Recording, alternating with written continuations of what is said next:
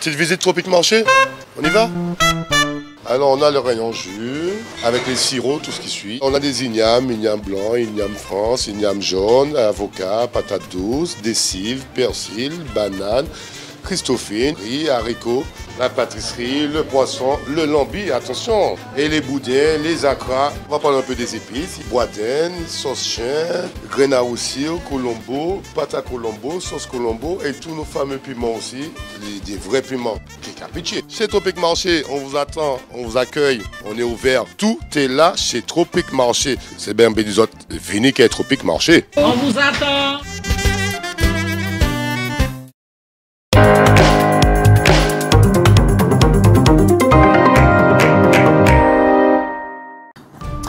La Martinique participe les 19 et 20 octobre 2022 à la 72e rencontre de l'autorité qui se tient à Montserrat.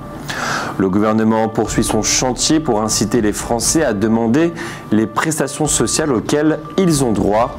L'Espace Sud a rencontré le comité citoyen du Sud. Votre sondage, croyez-vous à l'efficacité du Congrès des élus ? Et vous retrouverez en fin de journal votre savoir et réfléchir présenté par Roland Laouché. Les régimes hypocaloriques épuisent l'organisme et provoquent des carences et de la frustration. Pour fonctionner correctement, les besoins énergétiques d'un homme se situent autour de 2400 à 2700 calories. Pour les femmes, la recommandation est de 2000 à 2200. L'air aujourd'hui est bon. L'Agence régionale de santé a déclaré la Martinique en situation d'épidémie de grippe. On a compté 1200 consultations quand en septembre, il y en avait 700. KMT présente ses sincères condoléances à la famille et aux amis de Francine Aglaé qui est décédée hier mardi. Elle aurait eu 65 ans le 6 décembre. Il faut garder d'elle l'image d'une femme entreprenante, ouverte, sympathique, talentueuse aussi, notamment quand elle s'adonna à la profession de journaliste. Puisse Dieu l'accueillir. Ce matin, mercredi 19 octobre, au parc culturel Aimé Césaire, la ville de Fort-de-France a organisé une manifestation pour informer le public sur les métiers dans le funéraire. Un homme de 34 ans blessé par balle aux Trois-Îlets est rentré chez lui à Rivière-Salée avant d'appeler les pompiers qui l'ont pris en charge vers 23 h. Ses jours ne sont pas en danger. En sa qualité d'État membre de l'OECS, la Martinique participe les 19 et 20 octobre 2022 à la 72e rencontre de l'autorité qui se tient à Montserrat. Pour ce premier déplacement officiel, Serge Letchimy, président du conseil exécutif de Martinique, est accompagné de Patricia Tell, nouvelle commissaire de l'OECS pour la Martinique. Pendant 2 jours, le président du conseil exécutif et sa délégation participeront à plusieurs moments forts. Mercredi 19 octobre 2022, 9 h, cérémonie d'ouverture retransmise en direct sur la chaîne YouTube de l'OECS. 11 h, réunion à huis clos uniquement réservée aux chefs d'État et aux représentants des États membres et membres associés. Jeudi 20 octobre 2022, 8 h 30, séance plénière sur les enjeux prioritaires et les futures actions de mise en œuvre de l'intégration. Hier, mardi, l'appel à la grève a été particulièrement peu suivi en Martinique. Dans l'éducation nationale qui devait constituer le fer de lance de ce mouvement, on a compté seulement 6% de grévistes dans les écoles. Comme prévu, l'Espace Sud a rencontré le comité citoyen du Sud. Les 2 parties se sont quittées relativement satisfaits. Elles sont d'accord pour œuvrer ensemble pour la mise en place d'une gestion unique de l'eau en Martinique et pour faire baisser les prix. On rappelle que le comité citoyen du Sud a porté plainte contre la Société martiniquaise des eaux, la SME, accusée d'escroquerie. En France, une étude a montré que le glyphosate, ce pesticide réputé cancérigène, existait également à l'intérieur des maisons. Forte de ce constat, l'École des hautes études en santé publique EHESP, le centre scientifique et technique du bâtiment CSTB et Madininer ont décidé de lancer en Martinique une étude pour déterminer si oui ou non le chlordécone a infecté l'intérieur des maisons. Dès lors, de novembre 2022 à novembre 2023, des prélèvements seront réalisés mensuellement par Madininer dans 8 lieux définis stratégiquement. 2 écoles et 6 logements répartis géographiquement sur l'île entre zones rurales et urbaines.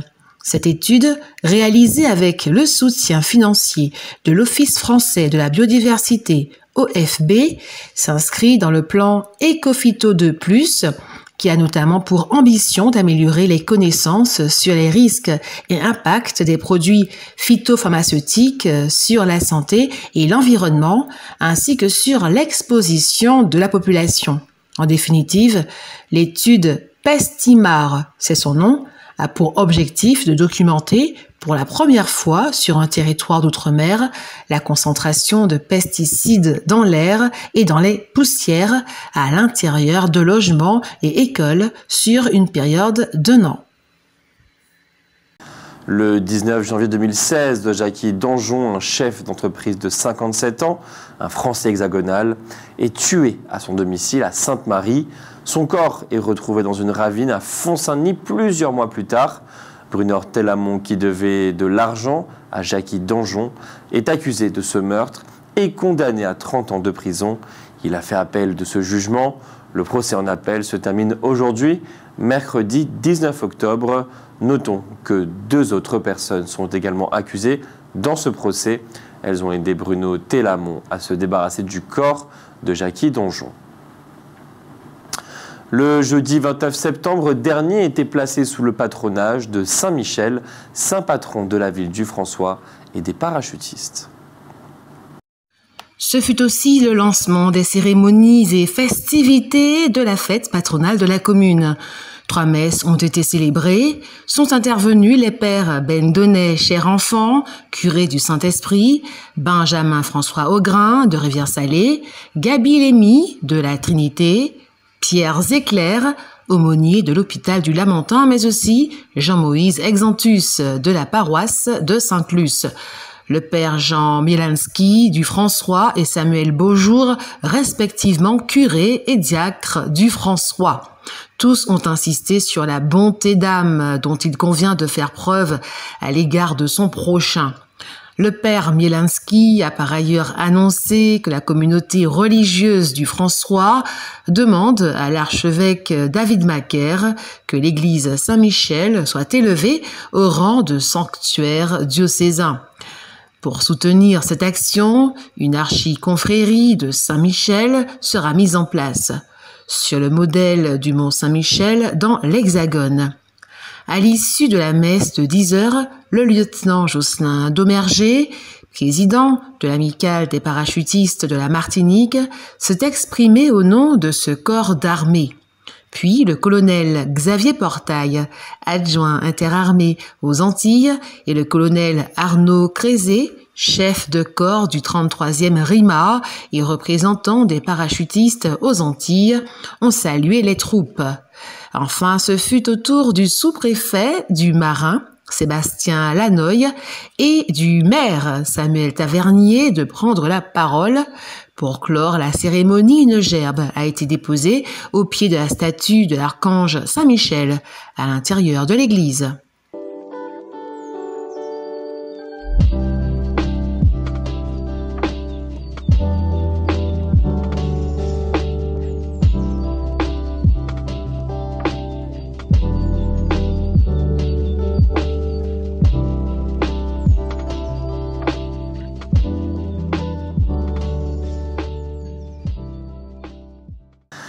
Elisabeth Landy a acheté un immeuble situé au 33 bis rue Moreau de Jones à Fort-de-France alors qu'elle était conseillère municipale en charge du patrimoine culturel. Or, la loi interdit à un élu d'acheter un bien appartenant à la ville dans laquelle il est élu. Une association avait donc porté plainte contre elle et elle avait été traduite en justice pour prise illégale d'intérêt. En première instance, elle a été acquittée du fait de la prescription. En appel, elle a été condamnée à une amende de 5 000 € Elisabeth Landy a décidé de se pourvoir en cassation. Si l'existence de déserts médicaux en France est alarmante, les déserts pharmaceutiques sont eux aussi préoccupants. En effet, entre 2009 et 2011, 170 pharmacies ont mis chaque année la clé sous la porte et nombre de ces fermetures concernent des départements ruraux dont certains étaient déjà dans le rouge avec un seuil inférieur aux 29 officines pour 100 000 habitants, si bien que 24% des communes en situation de désertification pharmaceutique se retrouvent aujourd'hui à plus de 6 km à vol d'oiseau d'une officine. Quel est, selon vous, le pays dont les trains sont les plus ponctuels ? Sans surprise, les trains suisses sont les plus ponctuels du monde. Logique peut-être, puisque la Suisse est un pays d'horloger. Ils sont suivis par les trains néerlandais et danois. Dans ces pays, plus de 95% des trains arrivent à l'heure. La France, elle, ne se situe qu'en 11e position sur 16, et l'opérateur, en l'occurrence la SNCF, n'y est pas pour grand-chose. C'est la qualité des infrastructures qui est primordiale. Plus le réseau est entretenu, plus les trains arrivent dans les temps. Or, la Suisse a massivement investi dans son réseau ferré, contrairement à la France, en particulier sur les petites lignes. Quant au fait que les transports ferroviaires soient entre les mains de l'État ou d'opérateurs privés, ce n'est pas décisif. Ce qui compte, c'est que le donneur d'ordre accepte de dépenser les sommes nécessaires et impose des cahiers des charges rigoureux. Logique, donc. Le miracle ne s'est pas produit. Le Golden Lion de Saint-Joseph l'a emporté sur le CO Trenel en Coupe de France de football sur le score de 2-0. Le CO Trenel, la meilleure équipe de Fort-de-France, a donc été éliminé de cette compétition. Les pompiers de Martinique ont créé une association qui s'appelle SOS Pompiers en souffrance 972. C'est un nom qui signifie bien ce qu'il indique. Cette association estime que plusieurs dizaines de pompiers sont littéralement en burn-out, c'est-à-dire en dépression. C'est évidemment très ennuyeux pour la population, car ce dont elle a besoin, c'est de pompiers en pleine forme, capables de lui apporter les secours dont elle a besoin. De toute évidence, ce n'est plus le cas. On observerait même des cas de burn-out au niveau le plus haut de la hiérarchie chez les pompiers. Une nouvelle descente de gendarmerie a eu lieu à la cité Ozanam à Schellcher. Bilan, plusieurs interpellations, saisies d'armes et de drogue. Selon le référentiel aviation et climat, entre hausse du trafic aérien et baisse des émissions, il faut choisir. D'énormes progrès ont été réalisés en matière d'intensité énergétique. Il faut en effet 79% d'énergie en moins pour transporter en avion un passager en 2018 qu'en 1973. Pour autant, les émissions de CO2 du secteur aérien sur cette période n'ont pas diminué. Elles ont même augmenté de 176%, en cause une croissance de plus de 1200% du trafic aérien. Certes, d'ici à 2050, des solutions permettent d'envisager un avion bas carbone, mais il est impératif de diminuer les émissions de CO2 dans les délais impartis par l'urgence climatique. Or, si le trafic croît au rythme envisagé par l'industrie aéronautique, il consommera plus que sa part dans le budget carbone dont on dispose. C'est aujourd'hui que se tient à Madiana le salon des indépendants, organisé par la Caisse générale de sécurité sociale. Il s'agit d'informer ces derniers sur leurs droits et leurs devoirs. Les travailleurs indépendants sont les commerçants, les artisans et les membres des professions libérales. Demain, jeudi 20 octobre, une matinée emploi et formation va se dérouler de 8h30 à 14h au parking de la place des Arawaks au bourg de Schellcher. Au cours de cette journée, il sera possible de bénéficier d'un véritable job dating. Le gouvernement poursuit son chantier pour inciter les Français à demander les prestations sociales auxquelles ils ont droit. Dès 2024, les Français éligibles recevront ainsi des formulaires pré-remplis. C'est ce qu'a annoncé ce mercredi 19 octobre le ministre des Solidarités, de l'Autonomie et des Personnes handicapées, Jean-Christophe Combes. À partir de 2024, les CAF, les caisses d'allocation familiale, enverront automatiquement des formulaires pré-remplis pour les demandes qui concernent le RSA, la prime d'activité ou autres, comme c'est le cas actuellement pour la déclaration fiscale pré-remplie. Elles préciseront, en fonction de leur situation connue, les prestations auxquelles ces personnes ont droit. Il faudra toujours faire des demandes, mais la procédure sera beaucoup plus simple. L'objectif affiché est de réduire la méconnaissance des droits sociaux, mais aussi les fraudes. Le non-recours aux aides et prestations sociales reste en effet une véritable problématique. Le service statistique des ministères sanitaires et sociaux reconnaissait en 2020 dans une étude sur le sujet que le phénomène semblait loin d'être marginal pour de nombreuses prestations et notamment celles concernant les personnes ayant les revenus les plus modestes. Jean-Christophe Combe présente cette mesure comme un préambule avant la mise en place d'une solidarité dite à la source, grande promesse de campagne d'Emmanuel Macron. Le ministre des Solidarités confirme l'expérimentation dès 2023 dans une dizaine de départements de territoires zéro non-recours. Le versement automatique des prestations sociales y sera testé dans un premier temps uniquement pour le RSA, la prime d'activité et les APL. Il s'agira ensuite de généraliser le dispositif en 2024. C'est maintenant l'heure de votre sondage. Croyez-vous à l'efficacité du Congrès des élus? Sondage.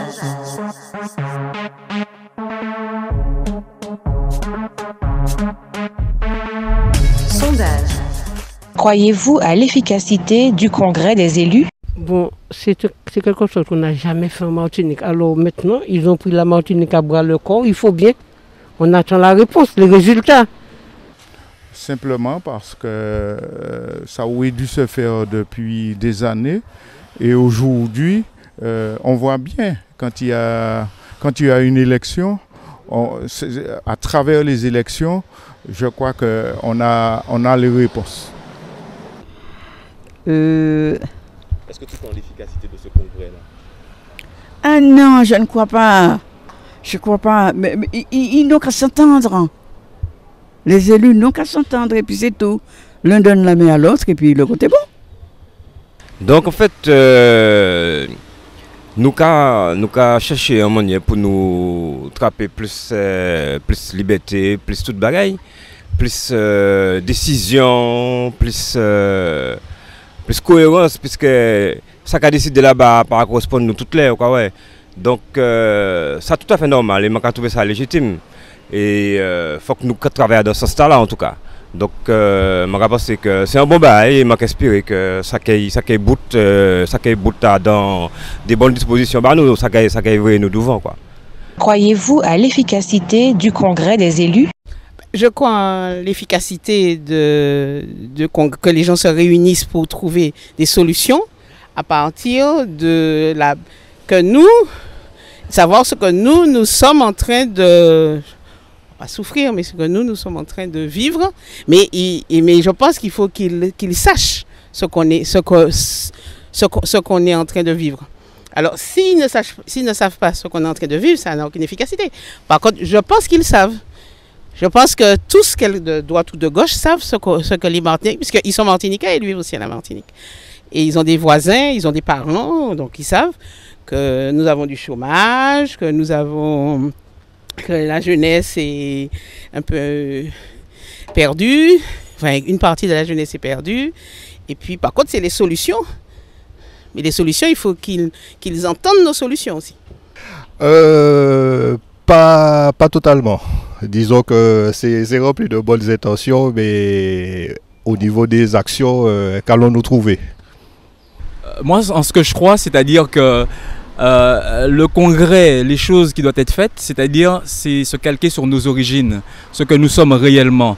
Parce que nous avons un passé, nous avons un passé qui date de 4 siècles dans les Caraïbes et sur le continent d'Amérique. Mais le vrai problème se règle spirituellement. Ce n'est pas la politique et ça n'a jamais été la politique qui a réglé quoi que ce soit. Ça a été déjà démontré. Et donc, par rapport à ce que nous sommes, nous, réellement, il faut revenir à ce que nous sommes. C'est-à-dire, c'est spirituellement que les choses doivent être réglées. Si les politiciens, qui sont aussi des êtres humains, n'ont pas compris qu'ils doivent se focaliser premièrement sur ce qu'ils sont selon leur origine, ils ne pourront rien faire. C'est compris? Sondage. Outremernews.fr, le site de l'actualité outre-mer, 24 heures sur 24 et 7 jours sur 7.